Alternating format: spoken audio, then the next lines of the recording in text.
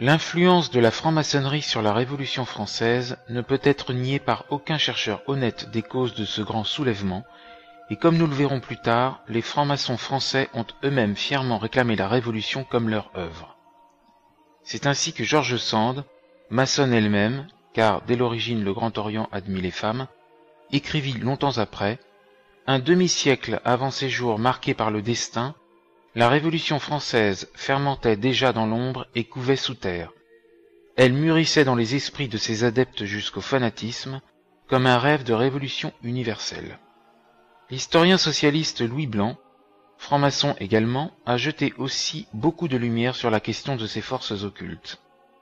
Nous savons en outre que George Sand avait raison d'attribuer aux sociétés secrètes l'origine du slogan révolutionnaire « Liberté, égalité, fraternité ». Bien longtemps avant qu'éclate la Révolution, la formule « Liberté et égalité » avait été usuelle dans les loges du Grand Orient. Une formule qui semble tout à fait pacifique, mais qui contient cependant tout un monde de discorde. Car voyez la contradiction. Il est impossible d'avoir une complète liberté et l'égalité en même temps. L'une exclut l'autre. Il est possible d'avoir un système de complète liberté dans lequel chaque homme est libre de se comporter comme il lui plaît, de faire ce qu'il veut, même de voler ou tuer, de vivre par conséquent selon la loi de la jungle dont la règle est celle du plus fort, mais il n'y a là aucune égalité. Ou bien l'on peut avoir un système d'égalité absolue, réduire tout le monde au même bas niveau, broyer toute ambition chez l'homme de s'élever au-dessus de ses compagnons, mais il n'y a plus alors de liberté. Aussi, la franc-maçonnerie du Grand Orient, en accouplant deux termes à jamais incompatibles entre eux, jeta dans l'arène une pomme de discorde sur laquelle le monde n'a plus jamais cessé de se quereller jusqu'à ce jour, et qui a d'ailleurs divisé les forces révolutionnaires en deux camps opposés. C'est la marque du génie diabolique de ceux qui instituèrent la maçonnerie que d'avoir trouvé un tel slogan. Même si Hegel ne devait venir que 100 ans plus tard, la dialectique, le poulpil préexistait dans la Kabbale juive, dont la maçonnerie est le véhicule parmi les goïms. Quant au terme fraternité, qui complète la formule maçonnique, on découvre qu'il fut ajouté par une autre société secrète, celle des martinistes, fondée en 1754 par un juif portugais, Martinez Pascalis, ou Pasquali, qui conçut un système à base de gnosticisme, de christianisme judaïsé et de philosophie grecque et orientale.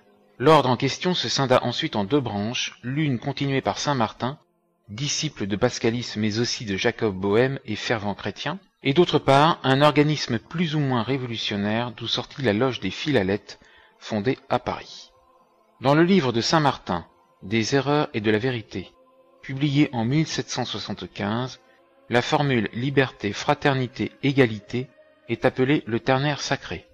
Les martinistes, désignés dans les documents français contemporains sous le nom d'illuminés, étaient en réalité des rêveurs et des fous, et ne doivent pas être confondus avec l'ordre des Illuminés de Bavière, qui ne vit le jour que 22 ans plus tard.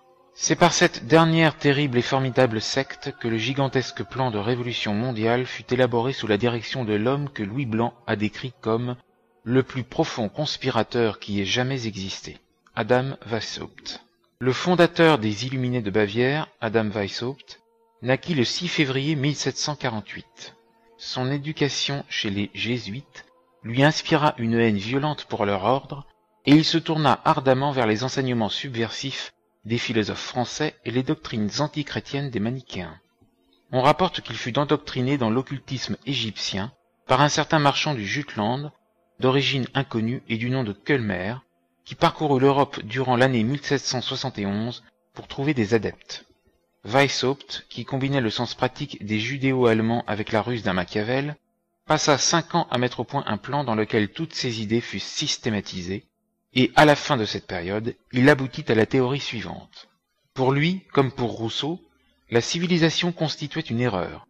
Elle s'était développée dans un mauvais sens, et c'est à cela qu'étaient dues toutes les inégalités de la vie humaine.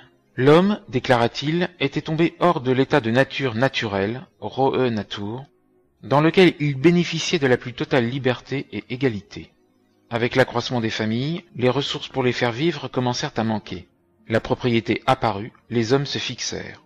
La vie nomade cessa, l'égalité disparut. La première chose pour retrouver la liberté devait donc consister à vivre avec aussi peu que possible, en réduisant ses besoins de plus en plus. Les inventions modernes sont donc superflues. D'après Bernard Lazare, Weishaupt était juif, sans doute marin et juif par sa mère, ce qui expliquerait son éducation chez les jésuites. Léon de Poncin et d'autres le pensent aussi. Calmer, négociant qui avait passé une grande partie de sa vie en Syrie ou en Perse et en Égypte, fut impliqué à son retour en Europe dans une révolte à Malte. Son patronyme est très voisin du nom juif Calmer, et il est très probablement juif. N. Webster a montré dans Secret Societies and Subversive Movements que c'étaient des juifs qui de longue date avaient créé des sociétés occultes subversives à structure maçonnique en pays d'islam, comme les Hashishim du Vieux de la Montagne, un juif déjà. En outre, l'origine juive de la maçonnerie avait été signalée comme indiqué en note plus haut, et elle sera confirmée par des juifs dès 1806, comme en témoigna la lettre d'un certain officier italien Simonini à Augustin Baruel, que ce dernier transmit au Vatican, publié par Deschamps dans Les Sociétés secrètes et la Société, faisant état des révélations reçues d'un juif dans une loge. Et les rituels de toutes les obédiences de la franc-maçonnerie sont effectivement juifs d'inspiration et tirés de la Kabbale, ce qu'a démontré avec une grande érudition Monseigneur Meurin. Le chevalier de Mallet, en 1817, dans son livre Recherches politiques et historiques, affirmera que la Révolution avait été non l'œuvre d'Allemands, d'Anglais, de Français ou d'Italiens, mais de la secte internationale des Juifs. Et Léon Kahn, dans Juifs et francs-maçons en Europe, 1898, précisa le rôle clé de quelques-uns de ses coreligionnaires dans cet événement capital dont le judaïsme revendique dorénavant la paternité. S'adressant à ses hiérophantes, Weishaupt déclare « Est-ce que les sciences modernes éclairent vraiment les hommes et leur donnent le bonheur, ou ne sont-elles pas plutôt filles de la nécessité, des inventions d'esprit vains et habiles ? L'amour du pays et l'amour de la famille doivent désormais laisser la place à l'amour universel, afin de faire de l'espèce humaine une seule famille bonne et heureuse. » Weishaupt déclare encore « Avec l'origine des nations et des peuples, le monde cesse d'être une grande famille, un seul royaume. Le grand lien de la nature fut déchiré. Le nationalisme remplaça l'amour de l'humanité. Il devint alors une vertu de magnifier sa patrie aux dépens de ce qui n'était pas inclus dans ses limites, et comme mot en de cette vue étroite il fut alors permis de mépriser et de se moquer des étrangers, et même de les insulter. On appela cette vertu le patriotisme. Le patriotisme donna le localisme, l'esprit de famille, et finalement l'égoïsme. Diminuez le patriotisme, et les hommes réapprendront à se connaître les uns les autres comme tels, leurs relations de subordination se perdront, le lien de l'union s'élargira.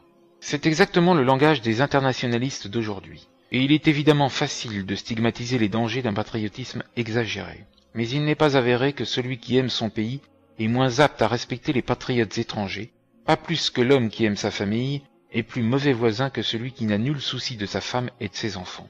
Qui plus est, dans cette description de l'origine du patriotisme, Weishaupt montre une ignorance des conditions de la vie primitive aussi profonde que celle de Jean-Jacques Rousseau. L'idée qu'il donne de l'homme paléolithique dont les squelettes sont bien souvent exhumés avec une main encore crispée sur une hache de pierre ou serrant une autre arme semblable de défense, le présenter comme passant son existence dans une ambiance d'amour universel, est tout simplement grotesque. Pour rétablir l'homme dans son état primitif de félicité, Weishaupt affirmait qu'il suffirait de répandre l'illumination, et comme il professait partager avec Rousseau la croyance en la bonté naturelle de l'homme, ceci ne devait poser aucune difficulté. Sitôt libéré des entraves que la civilisation impose, l'homme doit s'autodiriger. Pourquoi donc, demande-t-il, serait-il impossible à l'espèce humaine d'atteindre à la plus haute perfection, à savoir la capacité de s'autodiriger ? Le chemin vers cet objectif a selon lui été tracé par des méthodes qui furent conçues dans un lointain passé. Ces méthodes sont les écoles secrètes de sagesse qui furent à toutes les époques les archives de la nature et des droits humains, grâce auxquelles l'homme sera sauvé de sa chute. Les princes et les nations disparaîtront sans violence de la terre. L'espèce humaine formera une seule famille, et la raison deviendra l'unique loi de l'homme. Même une république ne saurait être tolérée, de crainte qu'elle ne devienne despotique. Et le peuple doit apprendre à agir sans aucune autorité dirigeante, ni loi, ni code civil.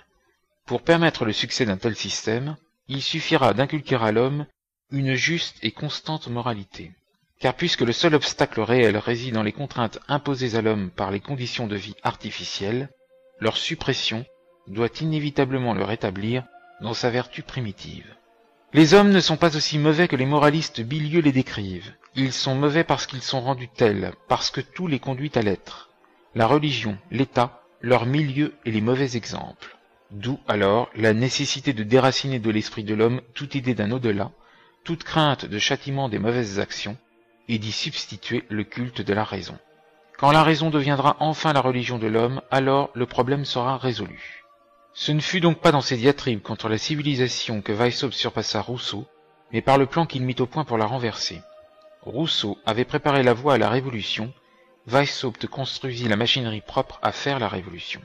Ce fut le 1er mai 1776 que Weishaupt, comme aboutissement de ses 5 années de méditation, fonda la société secrète qu'il dénomma les Illuminés, d'après divers systèmes philosophiques du passé. 3 ans après 1773, l'année de la dissolution de la Compagnie de Jésus, 1773, année même où aurait eu lieu à Francfort une réunion de dirigeants juifs dont Amstel Meyer-Rothschild, Hitzig, Wesley et le financier Friedlander, décidant de financer et de susciter la révolution européenne. Weishaupt semble bien avoir été l'homme choisi et éduqué, car le programme n'est pas entièrement de son chef, par le Kahal pour diriger la pointe de la subversion, la partie active et révolutionnaire. Tous les membres de cette société devaient adopter des pseudonymes antiques. Weishaupt prit celui de Spartacus, le chef d'une révolte d'esclaves dans l'ancienne Rome. Son principal adjoint, Herr von Zwack, qui était le conseiller privé du prince von Salm, devint Caton. Le marquis de Constanza, Diomède. Massenhausen, Ajax. Hertel, Marius.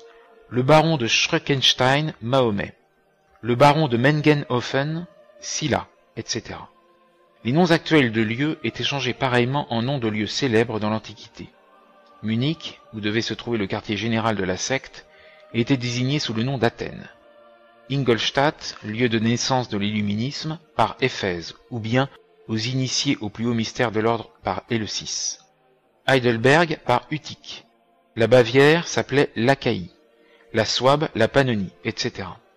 Pour assurer le plus grand secret dans la correspondance, le terme illuminisme était remplacé par un sigle formé d'un point dans un cercle et le mot loge remplacé par le symbole d'un carré. Le calendrier était également changé, et les mois désignés sous leur nom perse, janvier sous le nom de I, février était Ben-Mai, etc. Pour les lettres de l'alphabet, un code chiffré complet avait été établi commençant par la lettre M, à laquelle était attribué le chiffre 1, et rétrogradant jusqu'à A, puis repartant jusqu'à Z. Les grades de l'ordre étaient un mélange des grades des francs-maçons et de degrés jésuitiques. Comme on l'a dit plus haut, Weishaupt détestait les jésuites, mais conscient de l'efficacité de leur méthode pour acquérir de l'influence sur l'esprit de leurs disciples, il conçut l'idée d'adopter leur système à ses fins propres. Il admirait parmi toutes leurs lois le régime des jésuites, qui, sous la direction d'un seul chef, le chef des jésuites porte en effet depuis saint Ignace le titre de général des jésuites, fait que tant d'hommes dispersés dans tout l'univers tendent au même objet. Il estimait possible d'imiter leur méthode, tout en se donnant des objectifs diamétralement opposés. Il se disait, tout ce que ces hommes ont fait pour les autels et les empires, pourquoi ne le ferais-je pas contre les autels et les empires? Par l'attrait de mystères, de légendes, d'adeptes, pourquoi ne détruirais-je pas dans l'ombre de la nuit ce que ces hommes bâtissent à la lumière du jour? Weishaupt, au départ, eut l'espoir de persuader d'autres ex-jésuites d'entrer dans sa société, mais n'ayant réussi à en enrôler que 2, il devint plus ennemi que jamais de leur ordre, et il enjoignit à ses adeptes de n'admettre ni juifs ni jésuites dans la secte des Illuminés sans son autorisation expresse. Les ex-jésuites, écrivit-il sentencieusement, sont à éviter comme la peste. C'est dans la formation des adeptes que Weishaupt fit preuve de sa profonde subtilité. Les prosélytes ne devaient pas être admis d'emblée à connaître les objectifs secrets de l'illuminisme, mais être initiés pas à pas dans les plus hauts mystères, et le plus grand soin devait être mis à ne pas révéler aux novices les doctrines susceptibles de les choquer. Dans ce but, les initiateurs devaient acquérir l'habitude de parler tantôt dans un sens et tantôt dans l'autre afin de ne pas paraître s'engager, méthode qui est celle de la maçonnerie, et qui sera aussi celle des clercs adeptes du modernisme, au dire du Saint-Pape Pie X, et se retrouve de même chez les pontifes de l'Église dite conciliaire post-Vatican II. Comme il l'expliqua aux supérieurs de l'ordre, il faut parler tantôt d'une façon, tantôt de l'autre, afin que notre but réel demeure impénétrable à nos inférieurs. Ainsi, à certains novices, les novices écossais, les illuminés doivent enseigner qu'ils désapprouvent les révolutions, et leur démontrer les avantages de l'emploi des méthodes pacifiques pour atteindre à la domination mondiale. Jusqu'au grade de Minerval excepté, le plan de conquête du pouvoir mondial ne doit pas être révélé. Mais l'une des premières phrases de l'initiation à ce grade est la suivante. Après ces 2 ans de réflexion, d'expérience, d'échange, de lecture des textes de grade et d'information, vous aurez évidemment compris que l'objectif final de notre société n'est rien moins que de conquérir le pouvoir mondial et les richesses, de saper les gouvernements civils et religieux, et de devenir les maîtres du monde. Qui s'excuse s'accuse en effet. Le passage poursuit en disant alors vaguement que ce n'est pas exactement cela, et que l'ordre demande seulement à ses adeptes de remplir leurs obligations. Qu'il n'est pas question non plus que l'antagonisme vis-à-vis de la religion puisse être acceptable. Au contraire, le Christ devait être présenté comme le premier auteur de l'illuminisme, dont la secrète mission était de rendre aux hommes la liberté et l'égalité originelle qu'ils avaient perdues lors de la chute. Personne, doit-on dire aux novices, n'ouvrit la voie de la liberté aussi sûrement que notre grand maître Jésus de Nazareth. L'idée d'imputer à notre Seigneur une doctrine secrète date en fait du IIe siècle de notre ère et fut réfutée par Origène dans son livre Contre Cels. Mais le projet d'en faire un socialiste a cependant été suivi jusqu'aujourd'hui. Idée qui figurait dans les constitutions d'Anderson de la maçonnerie anglaise et était aussi présentée par le martinisme. Elle passera au XIXe siècle chez les Carbonari, les Saint-Simoniens, Lamennais, le Sillon de Marc Sangnier et ses continuateurs, et de nos jours dans la théologie de la libération et l'Église de Vatican II. Cet argument avait été celui de toutes les sectes crypto-juives apparues dans le passé, comme les Albigeois, les Vaudois, puis les Rose-Croix qui avaient eux aussi posé leur doctrine comme la véritable religion chrétienne. Ainsi, Weishaupt explique que, si Jésus prêchait le mépris des richesses, il voulait en réalité nous en apprendre l'emploi raisonnable, et nous préparer à la communauté des biens qu'il inaugura, et, ajoute-t-il, selon laquelle il vécut avec ses disciples. Une assertion qui, faut-il le dire, n'a pas l'ombre d'un fondement. Ce raisonnement s'avéra cependant particulièrement efficace, non seulement avec les jeunes novices, mais sur des hommes de tout rang et de tous âges. Vous n'imaginez pas, écrit Spartacus à Caton, quelle considération et quelle sensation notre degré de prêtre est en train de se soulever. Ce qu'il y a de plus merveilleux, c'est que de grands théologiens protestants et réformés qui font partie de l'eau, ordre, l'illuminisme, sont persuadés que l'enseignement religieux que nous y fournissons contient le sens véritable et authentique de l'esprit de la religion chrétienne. Ô homme, de quoi n'arrive-t-on pas à vous persuader? Jamais je ne pensais devoir devenir le fondateur d'une nouvelle religion. Ce n'était pas avant son admission dans les plus hauts grades que l'adepte était initié aux intentions réelles de l'illuminisme en ce qui concerne la religion. Lorsqu'il atteignait le grade d'illuminé majeur ou mineur, de chevalier écossais, d'épopte ou prêtre, on lui disait alors la plénitude du secret de l'ordre. C'est ainsi que Philon, le baron von Knig, écrit « Maintenant que les gens voient que nous sommes les seuls vrais et véridiques chrétiens, nous pouvons dire un mot de plus contre les prêtres et les princes. Dans les mystères les plus élevés, nous devons donc, petit a, révéler le pieux mensonge, et petit b, dévoiler l'origine de tous les mensonges religieux et leurs connexions. » Mais tout cela restait ignoré du novice, dont la confiance, gagnée par la simulation des sentiments religieux, était conduite à une stricte obéissance. Dans le questionnaire qui lui était soumis figuraient ces questions. Si vous veniez à découvrir quoi que ce soit de faux ou d'injuste pratiqué dans l'ordre, quelle serait votre attitude? Est-ce que vous considérez le bien de l'ordre comme votre bien propre? Accordez-vous à notre société le droit de vie et de mort? Acceptez-vous de vous lier par une obéissance absolue et sans réserve? Et connaissez-vous la force de cet engagement? Pour avertir les postulants sur les conséquences de toute trahison de l'ordre, l'initiation en comportait une illustration impérative. L'initiateur portait la pointe de son épée sur le cœur du novice en disant « Apprenez que, si vous êtes un traître et un parjure, tous vos frères seront appelés à s'armer contre vous. N'espérez pas échapper ni trouver un lieu de sûreté. Où que vous serez, la honte, le remords et la vengeance vous poursuivront et vous tourmenteront jusqu'au plus profond de vos entrailles. » On voit donc que la liberté tant vantée par les dirigeants des Illuminés n'existait absolument pas, et qu'une discipline de fer était en réalité la règle de l'ordre. Un point important qui marqua les adeptes et dont nous verrons l'importance plus tard, était qu'il ne fallait surtout pas qu'ils fussent connus comme illuminés. Cette règle était rendue encore plus stricte pour ceux décrits comme les enrôleurs, et afin d'attirer les prosélytes, il leur était recommandé en outre d'être irréprochables. Les supérieurs de l'ordre doivent être tenus pour les plus parfaits et les plus illuminés des hommes. Ils ne doivent pas même permettre que l'on doute de leur infaillibilité. Aux enrôleurs, il était donc dit « Appliquez-vous vous-même à la perfection intérieure et extérieure, et aussi appliquez-vous à l'art de la simulation, à cacher et à masquer ce que vous êtes lorsque vous observez les autres afin de pénétrer les secrets de leurs pensées. » Ces préceptes étaient résumés en une phrase. Gardez le silence, soyez parfaits, masquez-vous.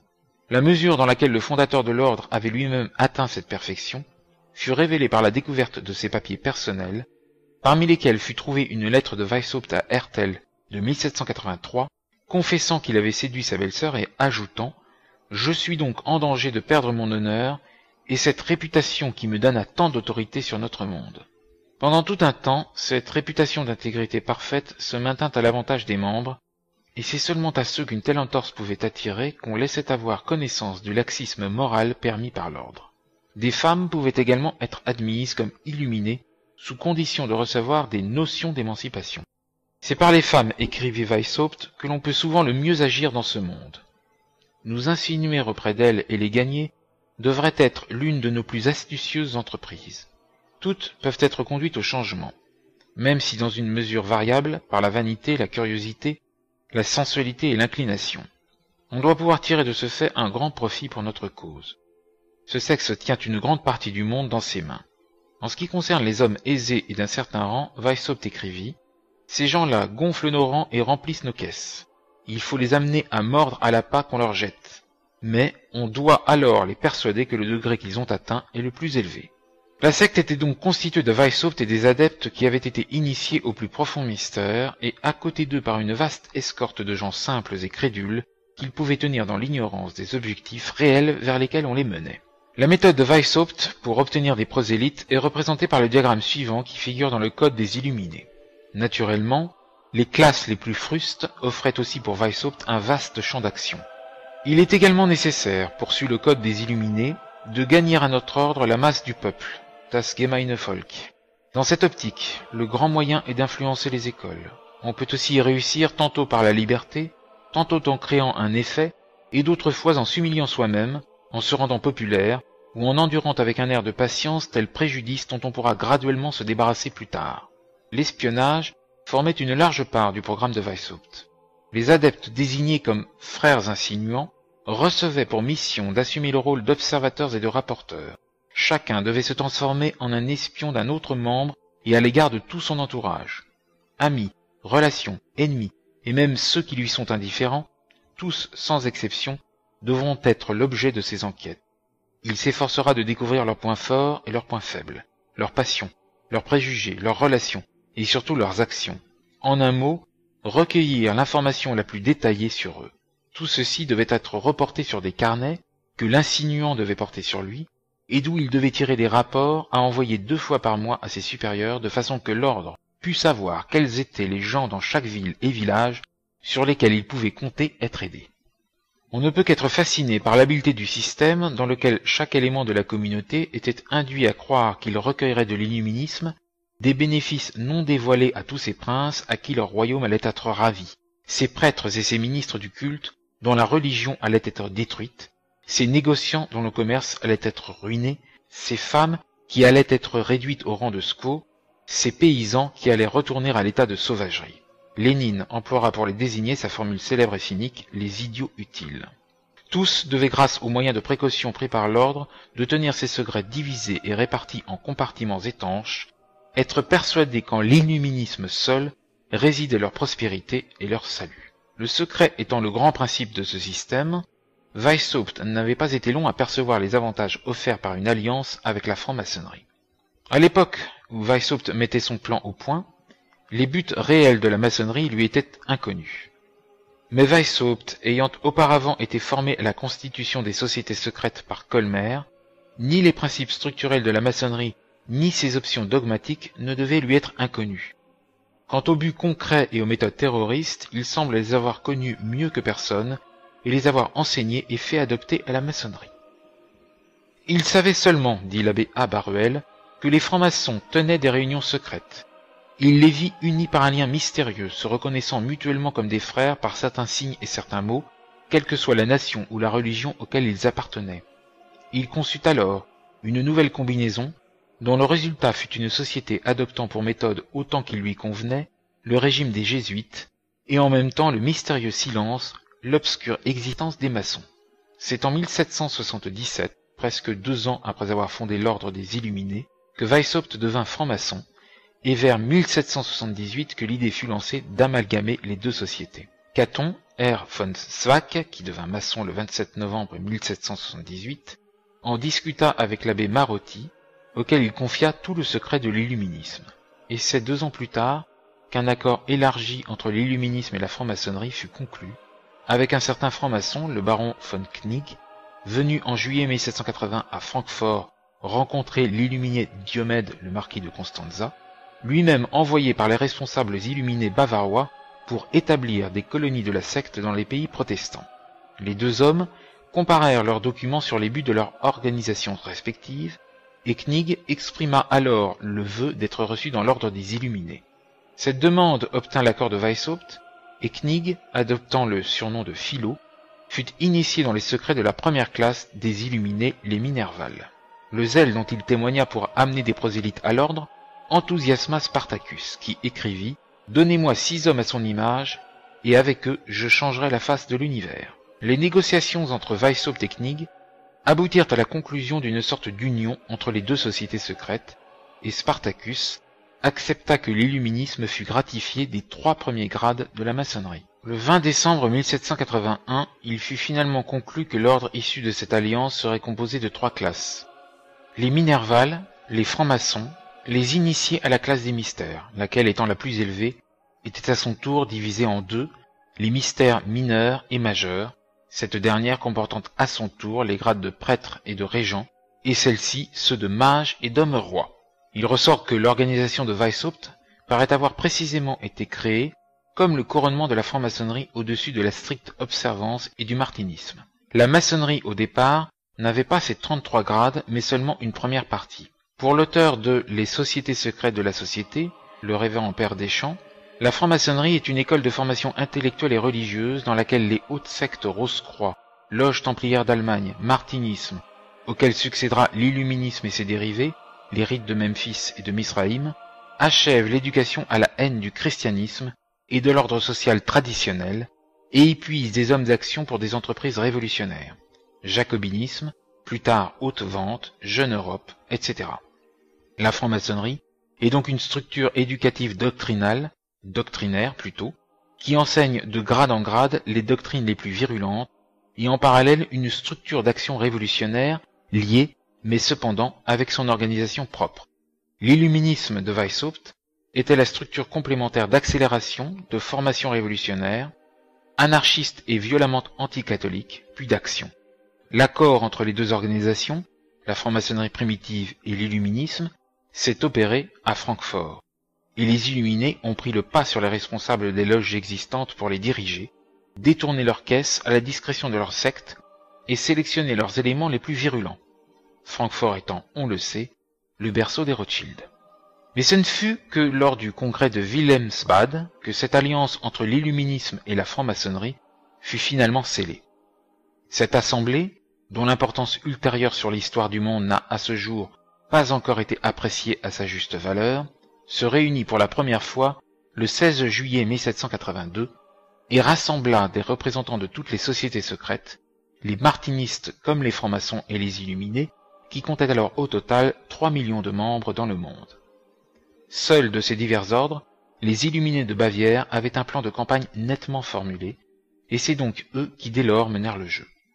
Ce qui se passa à ce terrible congrès ne sera jamais connu au dehors, car même les hommes qui avaient été innocemment attirés dans ce mouvement et qui entendirent pour la première fois exprimer les desseins réels des leaders furent liés par le serment de ne jamais rien révéler. L'un de ces francs-maçons honnêtes, le comte de Virieux, membre d'une loge martiniste de Lyon, à son retour de Wilhelmsbad, ne put cacher ses alarmes, et lorsqu'on l'interrogea sur les tragiques secrets, sous le poids desquels il était revenu, il répliqua « Je ne vais pas vous les confier. Je peux seulement vous dire que tout cela est beaucoup plus sérieux que vous le pensez. La conspiration est si bien ourdie qu'il sera, si l'on peut ainsi s'exprimer, impossible à la monarchie et à l'Église d'en réchapper. Dès ce moment, dit son biographe, M. Costa de Beauregard, le comte de Virieu ne parla plus jamais de la maçonnerie qu'avec horreur. Les martinistes, le pendant en France des loges templières allemandes, formaient les hautes loges du Grand Orient. Leur collaboration avec les Illuminés se fera très étroite.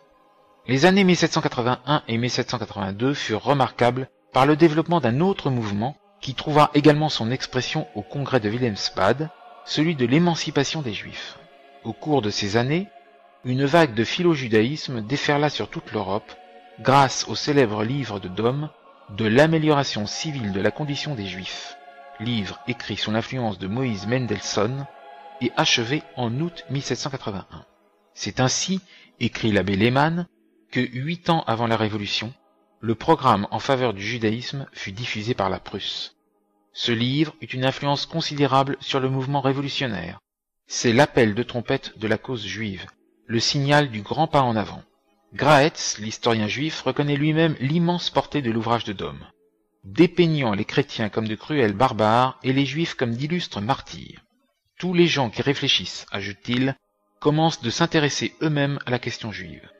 Mirabeau, quelques années après, lors d'une mission à Berlin, se lia d'amitié avec Dom et devint un habitué du salon de la jeune et jolie juive Henriette de Lemos, l'épouse du docteur Hertz, et c'est là que les disciples de Mendelssohn, récemment décédés, le poussèrent à s'élever en faveur des juifs opprimés, ce qui amena Mirabeau à publier à Londres un livre sur le modèle de celui de Dom. Dans le même temps, en 1781, Anacharsis Clootz, le futur auteur de La République universelle, écrivit son pamphlet pro-juif intitulé « Lettres sur les Juifs ». On vit un peu plus tard le résultat de toute cette agitation, lorsque sous l'influence de Mirabeau et de l'abbé Grégoire, fut adopté par l'Assemblée nationale en 1791 le décret d'émancipation des Juifs. Un effet plus immédiat cependant avait été la résolution prise au congrès maçonnique de Wilhelmsbad, auquel avaient pris part Lessing et un groupe de Juifs, que dorénavant les Juifs ne seraient plus exclus des loges. En même temps, il fut décidé de transférer à Francfort le siège de la direction de la franc-maçonnerie illuministe.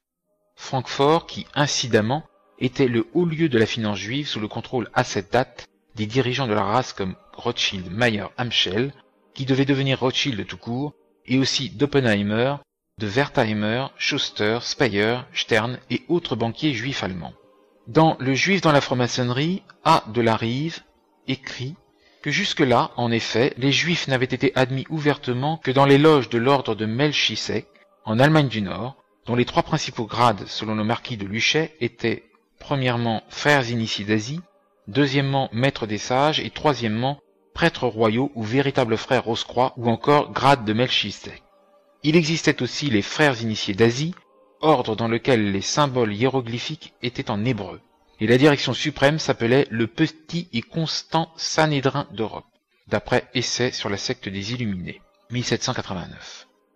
Lombard de Langres écrit que cette société secrète s'affilia à l'illuminisme, que son centre était à Hambourg, et que le seul grand maître en connaissait tout le secret. Des sociétés secrètes en Allemagne. Mais la réalité demeure que des Juifs étaient fondateurs des plusieurs des principaux rites. Martinisme, rite de Memphis, Cagliostro, illuminisme et les inspirateurs de tous les autres.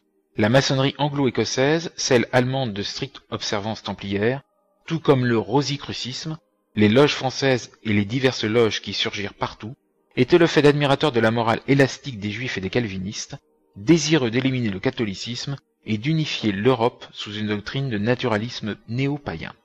C'est depuis cette loge mère de Francfort que fut mené le plan gigantesque de la Révolution mondiale. Et c'est là que, lors du grand congrès maçonnique de 1786, au dire de 2 francs-maçons français, fut décrétée la mort de Louis XVI et de Gustave III de Suède.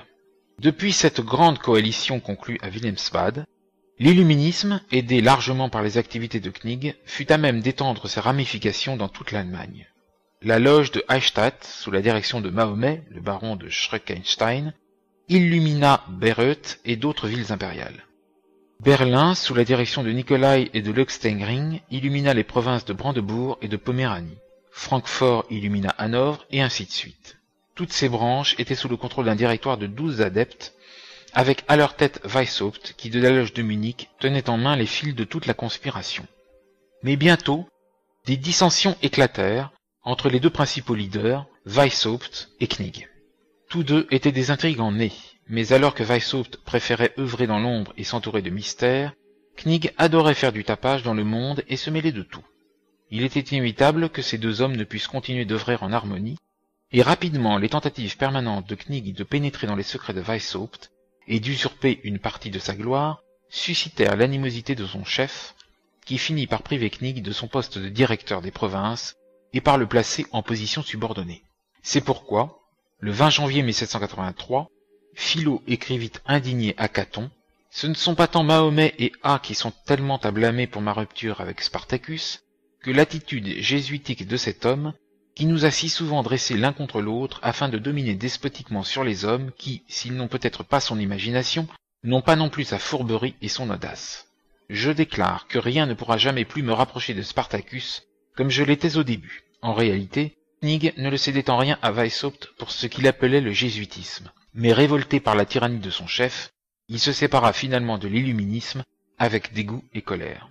L'opinion publique avait été alors pleinement alertée au sujet de cette société secrète, et l'électeur de Bavière, informé des dangers pour l'État que représentaient les adeptes, qui, à ce qu'on en rapportait, avait déclaré que les illuminés dirigeraient un jour le monde, publia un édit interdisant toutes les sociétés secrètes.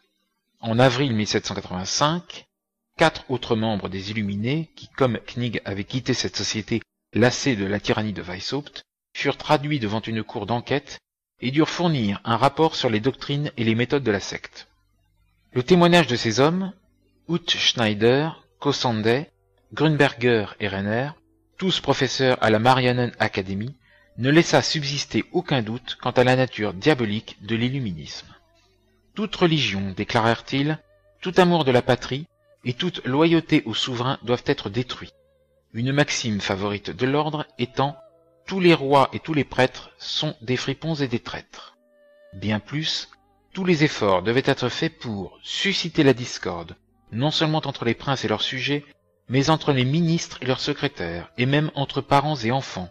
Le suicide devait être encouragé en inculquant dans les esprits l'idée que l'acte de se tuer s'accompagnait d'une certaine volupté. L'espionnage devait être étendu jusqu'au service de la poste, en introduisant dans les offices postaux des adeptes ayant l'art d'ouvrir les lettres et de les refermer de façon indétectable. Le professeur Robison, qui étudia les témoignages des 4 professeurs, résume ainsi le plan de Weishaupt tel que révélé par eux. L'ordre des Illuminés abjurait le christianisme et se faisait l'avocat des plaisirs des sens. Dans les loges, on appelait la mort un sommeil éternel. Le patriotisme et la loyauté étaient désignés comme des préjugés relevant de l'étroitesse d'esprit, et incompatibles avec la bienveillance universelle. De plus, ils tenaient tous les princes pour des usurpateurs et des tyrans, et tous les ordres privilégiés comme leurs instigateurs.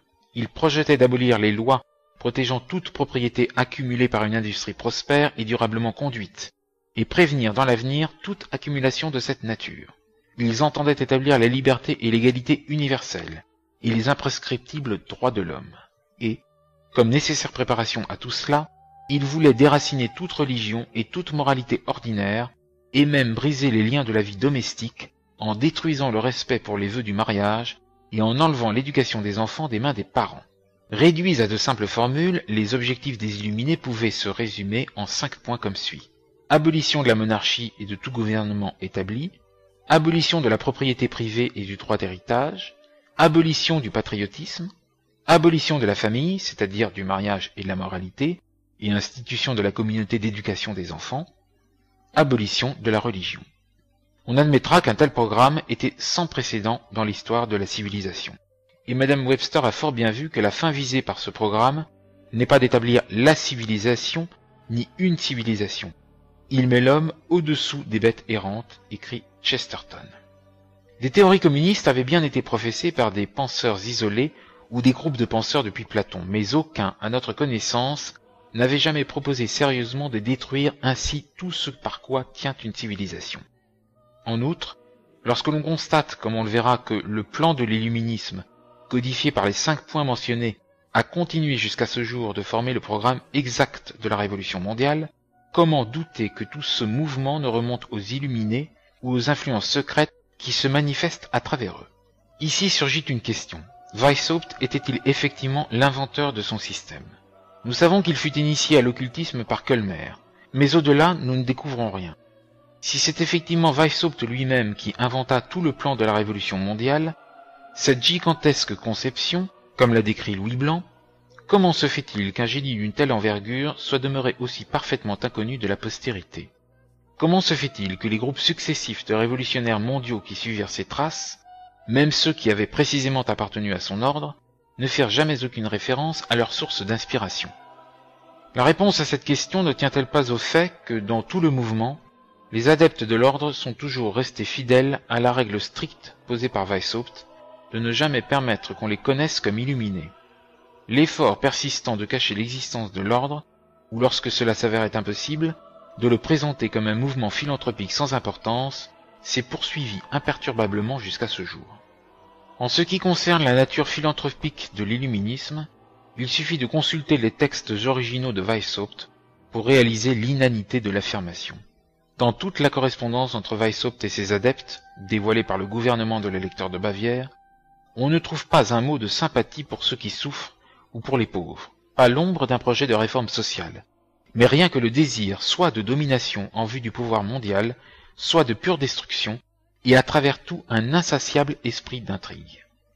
Dans ce but, tout moyen était considéré comme justifié, puisque la doctrine fondamentale de la secte était que la fin justifie les moyens. Der Zweck heiligt die Mittel. Ce dont se réclamait Weishaupt dans son code, en déclarant que ceci faisait partie du système jésuite, imputation que nie avec indignation Augustin Baruel et qui, comme Robison le fait remarquer, conduisait forcément à la conclusion qu'il ne fallait avoir scrupule de rien pour atteindre ce qui pouvait être à l'avantage de l'ordre, car le grand objet de l'ordre était supérieur à toute autre considération. Tartuffe, en la matière, procédait de même. Ce n'est pas moi, c'est elle. Cachez ce sein que je ne saurais voir. C'est une vieille tactique pharisaïque. Les Juifs, comme Tartuffe, clament « On nous accuse de crimes depuis des millénaires. On nous expulse de toutes les nations. Mais ce sont les autres hommes qui sont antisémites, nous sommes innocents. » Comme on pouvait s'y attendre, Weishaupt protesta bruyamment contre la description de sa société fournie par les 4 professeurs, en déclarant qu'il n'avait pas été initié dans les mystères les plus profonds. Mais la découverte, peu après, de sa correspondance avec Zwack, dont on a donné quelques citations plus haut dans ce chapitre, contribua à jeter une lumière encore plus sinistre sur les objectifs réels de l'ordre. C'est le 11 octobre 1786 que les autorités de Bavière firent une perquisition au domicile de Zwack et saisirent les documents qui dévoilèrent les méthodes des conspirateurs. Ils trouvèrent là une description d'un modèle de coffre pour y protéger les documents qui, si l'on tentait de le forcer, pouvaient exploser grâce à une machine infernale. La formule d'une composition à même de tuer ou d'aveugler celui à la face de qui elle serait projetée. Une méthode pour contrefaire les sots. Des formules d'une espèce particulièrement mortelle d'aquatofana, de parfum toxique pour emplir une pièce de vapeur pestilentielle et d'un thé à propriété abortive. Ils découvrirent aussi un texte en défense de l'athéisme et du matérialisme, intitulé Mieux Chorus, et un document écrit de la main de Zwack, décrivant un plan pour attirer les femmes à l'ordre, selon 2 classes comme ci-après. Ce sera de grande utilité, et pourra fournir beaucoup d'informations et d'argent, et cela charmera également les goûts de bien des membres parmi les plus sincères de notre association, qui sont des amoureux du sexe. Il devrait consister en 2 classes, celle des vertueuses et celle des dissolues. Ces 2 classes ne doivent pas se connaître mutuellement, et doivent être dirigées par des hommes, mais sans le savoir, par le moyen de bons livres, et la seconde classe en excusant leur passion cachée. Les illuminés, évidemment, proclamèrent encore une fois leur innocence, et bien que sans essayer de nier l'authenticité de ces documents, ils déclarassent qu'ils avaient été mal interprétés, on vit bien cependant que l'objet réel de l'ordre n'était pas de faire de l'espèce humaine une bonne et heureuse famille. Mais la condamnable évidence que leurs papiers contenaient ne rendait que trop clair leur plan, qui n'était autre que de provoquer la révolution universelle qui donnerait le coup fatal à la société. Le terrible danger présenté par les Illuminés devint alors patent, et le gouvernement de Bavière, jugeant que la meilleure manière de donner un avertissement salutaire au monde civilisé était de laisser ces documents parler d'eux-mêmes, ordonna qu'ils fussent publiés et diffusés aussi largement que possible. Un exemplaire de la publication, intitulé « Écrits originaux de l'ordre des Illuminés », fut alors adressé à chaque gouvernement en Europe, mais, aussi étrange que cela puisse paraître, cela n'attira que peu d'attention, la raison étant sans doute, comme le fit remarquer l'abbé Baruel, que le projet ainsi décrit était si extravagant qu'il en était peu crédible, et les dirigeants des États européens, refusant de prendre l'illuminisme au sérieux, classèrent le document comme une chimère. Le gouvernement de Bavière, cependant, continua ses investigations contre la secte. Plusieurs de ses membres furent arrêtés. Zweig quitta le pays pour une mission en Angleterre. Weishaupt, dont la tête avait été mise à prix, trouva refuge auprès de l'un de ses adeptes royaux, le duc de Saxe-Gotha.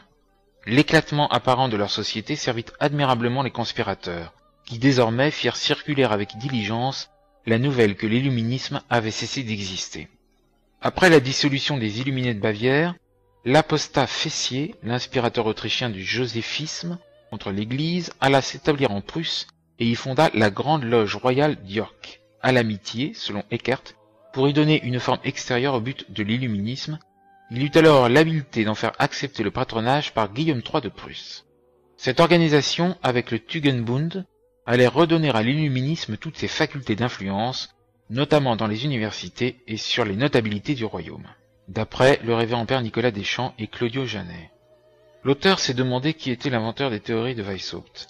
Elles traduisent et appliquent la conception talmudique que les juifs se font de la conduite à tenir avec l'organisation sociale des non-juifs, analogues au bétail, en vue d'arriver à la domination mondiale, et qu'exposa Herder dans sa pièce Asmodée, dont Bonald cita la tirade significative en 1806, domination que, selon leur interprétation talmudique, les prophéties d'Isaïe leur promettraient.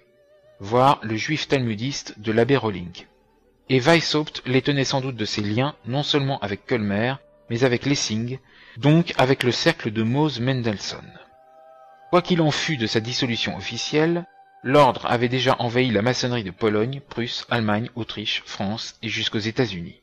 Il allait se propager et se perpétuer partout, tant en France par ses disciples, membres des loges, de Delvétius et de Savalette de Lange, qu'en Allemagne où, selon l'historien américain A. Stang, il comptait déjà 2000 membres en 1782, avec de hauts personnages de la noblesse, même si tous n'étaient pas initiés au plus haut mystère. L'illuminisme, déjà lancé à Rome par Cagliostro, se répandra dans les principautés d'Italie et en Espagne par les hauts maçons, des juifs, des chrétiens et clercs apostats, et à la faveur des guerres européennes de la Révolution. Aux États-Unis, il prospérera très vite, atteignant 1700 membres à la fin du siècle, dont Thomas Jefferson et Franklin, semble-t-il. Ce dernier était d'ascendance juive, comme son nom peut le laisser penser. C'est une tromperie véhiculée depuis par les historiens intéressés et désireux de masquer la vérité sur ses activités ultérieures. La vérité est que ce n'est qu'une fois éteint en apparence en Bavière que l'illuminisme fut à même de faire sentir à l'étranger sa formidable influence, et l'inquiétude du public étant alors calmée, il put secrètement étendre son organisation sur tout le monde civilisé. La secte des Rose-Croix était une secte panthéiste anti-chrétienne, la rose et la croix y étant des symboles sexuels. Cette origine évoquée de la maçonnerie anglaise la montre identiquement subversive de l'ordre social chrétien, quoiqu'elle en fasse accroire aux maçons de base en Angleterre. Lire de Monseigneur Meurin, Franc-maçonnerie, synagogue de Satan, et du révérend père Deschamps, les sociétés secrètes et la société. En outre, dire que la maçonnerie anglaise s'interdit toute question politique ou religieuse est une affirmation surprenante de la part de l'auteur, car la révolution d'Angleterre au XVIIe siècle fut menée par des sociétés secrètes maçonniques, et ce fut le maçon Cromwell, aidé de l'oligarchie locale protestante, déjà organisée en société secrète politique, et par la juiverie des Pays-Bas, qui renversèrent Charles Ier en 1645, le firent exécuter. Ce fut ensuite la maçonnerie jacobite qui réussit en 1660 à ramener en Angleterre Charles II, de nouveau avec l'aide des Juifs d'Amsterdam, et c'est enfin la maçonnerie orangiste qui chassa Jacques II et installa sur le trône une dynastie protestante plus sûre et pro-juive, celle de Guillaume de Nassau. La maçonnerie anglaise s'est donc illustrée dès 1645 par son action politique et religieuse. La présentation de la maçonnerie comme une religion chrétienne, et même la vraie religion chrétienne destinée à unifier le monde, figure en outre chez Coligny, pupille du judaïsant Röckling, et divers clercs protestantisants et Rose-Croix, et pour certains sans doute Maran. Les Rose-Croix préexistaient en petits groupes épars bien antérieurs. Organisation prémaçonnique secrète elle-même, constituée de sociniens panthéistes, de kabbalistes, d'immoralistes, d'occultistes, d'adeptes de magie alchimique et luciférienne, de cathares crypto-juifs et peut-être de descendants des Templiers manichéens enjuivés, réfugiés en 1313 à la dissolution de l'ordre, les uns au royaume d'Écosse, qui abritait de nombreux juifs chassés d'Angleterre au XIIIe siècle, d'autres au Portugal, en Allemagne du Nord et en Suède, qui seront les territoires d'élection du protestantisme.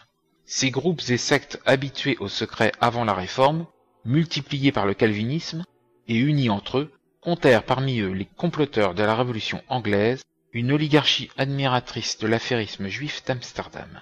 Ceux-ci formèrent une organisation intellectuelle et politique qui infiltrera la maçonnerie opérative pour s'y réunir à couvert. Ce sera une branche de cette organisation, la maçonnerie jacobite des réfugiés anglais fidèles de Charles II, largement protestante, qui en France introduira ces sociétés secrètes avant l'étrange chevalier Ramsay, l'ami de Fénelon. Viendront ensuite comme propagandistes de hauts aristocrates maçons anglais, envoyés de Londres au temps de la Régence, pour y répandre ce véhicule destructeur, favorable aux intérêts de leur oligarchie.